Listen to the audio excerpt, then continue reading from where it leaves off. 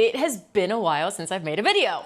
And I'm particularly excited about this one because it has to do with something that I feel a lot of people struggle with, which is this question of why am I not getting aroused? So whether you're in partnership or out of partnership, this is gonna start to help you understand with different frameworks what even creates arousal. So we're gonna talk about why most people need a lot more foreplay, like a lot more. And the Tantric text and the Tao text knew this. And I'm pretty sure that we can blame pornography and just social media at large for the rushing of intimacy that leads people to ultimately feel quite disconnected. So I'm going to introduce a framework by Dr. Emily Nagoski, I'm not really sure how to pronounce that, but she wrote the book Come As You Are, and two concepts completely changed my life: brakes and accelerators.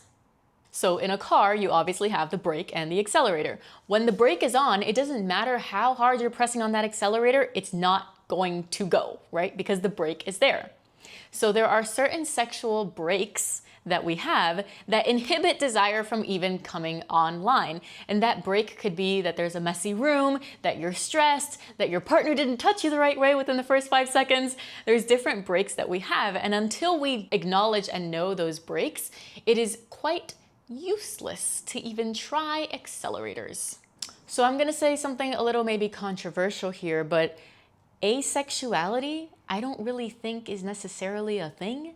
I think it's just that people have so many breaks that they've completely disconnected and have convinced themselves that they're not sexual. They've convinced themselves that they're not interested in intimacy. But I bet if they were engaging in intimacy in a way that they wanted, even if that way isn't necessarily penetrative sex, but something else, like they would want to because it's a desire. But again, I just think that most people don't even know what their breaks are. One of the biggest breaks that I've had is emotional safety. Like if I don't feel that my partner is attuned to me, that they're present with me, then it's very hard for me to open up sexually. A long time ago, I had this boyfriend, and mind you, this was before I learned about brakes and accelerators. I had this boyfriend that would just come up to me while I'm working on my laptop and just stick his hand down my shirt or grab my ass or like try to insinuate sex in a way that was like so jarring for me. Like, sir, I am typing up an email, don't touch me. So at the time, I didn't know what brakes and accelerators were, so I would just like kind of freeze and be like, oh, what the hell? Like, I don't want to play right now. It felt abrupt, it didn't feel attuned, it didn't feel like an easy, like sensual, suave introduction to play. It was like, I'm gonna grab you now. And frankly, the feminine needs to feel safe in order to open up. She's like a flower. So in contrast to this, many years later, I then dated a man that was very attuned, and he said these magical words. And he said, you know, Karina, I noticed that when I grab your ass, when you're in the middle of doing something, you don't really open up. So I'm gonna stop doing that, and I'm sorry. And I just like, my jaw hit the floor. I was like, what?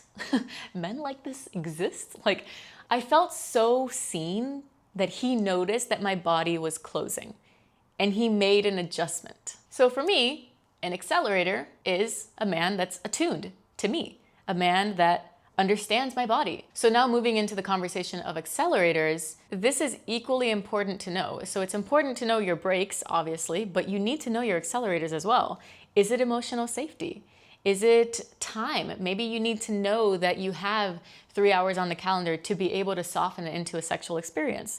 Do you need to have the space completely clear in your apartment? Do you need certain music, certain sound, certain scents? Do you want the air to be filled with the smell of lavender, of eucalyptus? Do you need to shower first because you want to feel clean? Do you want to have a conversation first? Like, what are the things that would invite your arousal? Because pleasure is impossible during fight or flight. So if you're in a stress response, if you're flooded with the hormone of cortisol, which is the stress hormone, you're not gonna relax. You're just not. I had this one client who, she was a mom, she was a business owner, she was a wife, and whenever her partner wanted to be intimate, she just couldn't. And she judged herself for not being able to be intimate. And once they were in the middle of sex, she was comfortable with it, but it was this like, almost like pulling teeth to be able to get there.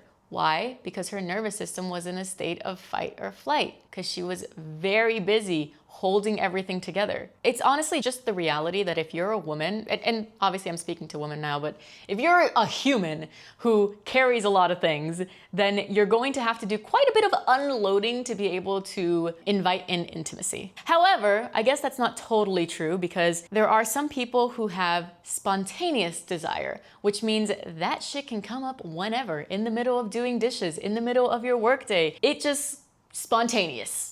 Whatever. However, if you have more of a responsive desire, that means that your desire will be elicited in response to something. Maybe that's emotional safety. Maybe that's attunement. Maybe that's a conversation. So really understanding that not everyone's desire is the same, and not shaming your partner if they're responsive and you're spontaneous, or vice versa. Also, if you've trained your body to be in a state of fight or flight, if you've trained your body that it is normal to be dysregulated and to be stressed and overwhelmed and holding everything together, then when the time comes to soften and surrender, your body's gonna be like, what the fuck are you doing? We don't do that. That's not us, right? So it kind of becomes like an identity. So if that happens to be you, what I would recommend is having a weekly pleasure ritual. I do this every week. A pleasure ritual of tuning into my body, of using my breath consciously, of having slow touch. I have another YouTube video on that, so I will link that up here. But it is just so imperative to have one of these practices to really train your nervous system that it's okay to soften in pleasure. It's okay to receive pleasure. This is gonna enhance your sex life because you're going to be able to almost like copy and paste that same feeling with yourself to a scene with your partner. And if you're single, it's still an amazing practice because you're training your nervous system that it's safe to feel pleasure. And who doesn't want to feel pleasure throughout life? Do you want to be walking out in the street going to get groceries and feeling tight and tense and stressed and overwhelmed? Or do you want to walk to the grocery store with ease, with softness, with receptivity? Very different energy. So if you're looking for a guided pleasure ritual, I have a free one inside of my 5-day course for women. You can find that link below. It is 12 minutes, super easy, gets you into your body and connected with your sensuality. Another thing I want to speak to is tantric and Tao approaches towards sex. It is all based on intentionality, being able to ease into things slowly, and to not rush. There's one Tao practice that I love, which is during penetration with a penis and a vagina, only the tip goes in 9 times, and then on the 10th time, that's when it fully goes in. So 9 times, get closer, 9 times, just the tip, and then 10 is all the way in. What you're doing is you're not just jamming something inside of your body. You're creating this like tension, this buildup. And I promise you that when you do that, you unlock deeper states of pleasure because you're not just going in immediately. So full circle here, I think everyone would benefit from understanding what their accelerators are, what their brakes are, to understand why they are or aren't feeling sexually aroused. It's not a problem that you're not sexually aroused. It's just an opportunity to understand yourself better. All right, my beautiful people, thank you for listening, and send this to someone that could use some education on brakes and accelerators. Thank you so much for listening. If this resonated, hit like, hit subscribe. I do this all for free because I fucking love it. Your support truly means the world. It helps grow the show. And if you're feeling generous, post it on your story and tag me. I would love to repost. If you want to go even deeper, head into the show notes, check out my free membership, my one-on-one services. The work does not need to end here. It's truly just the beginning.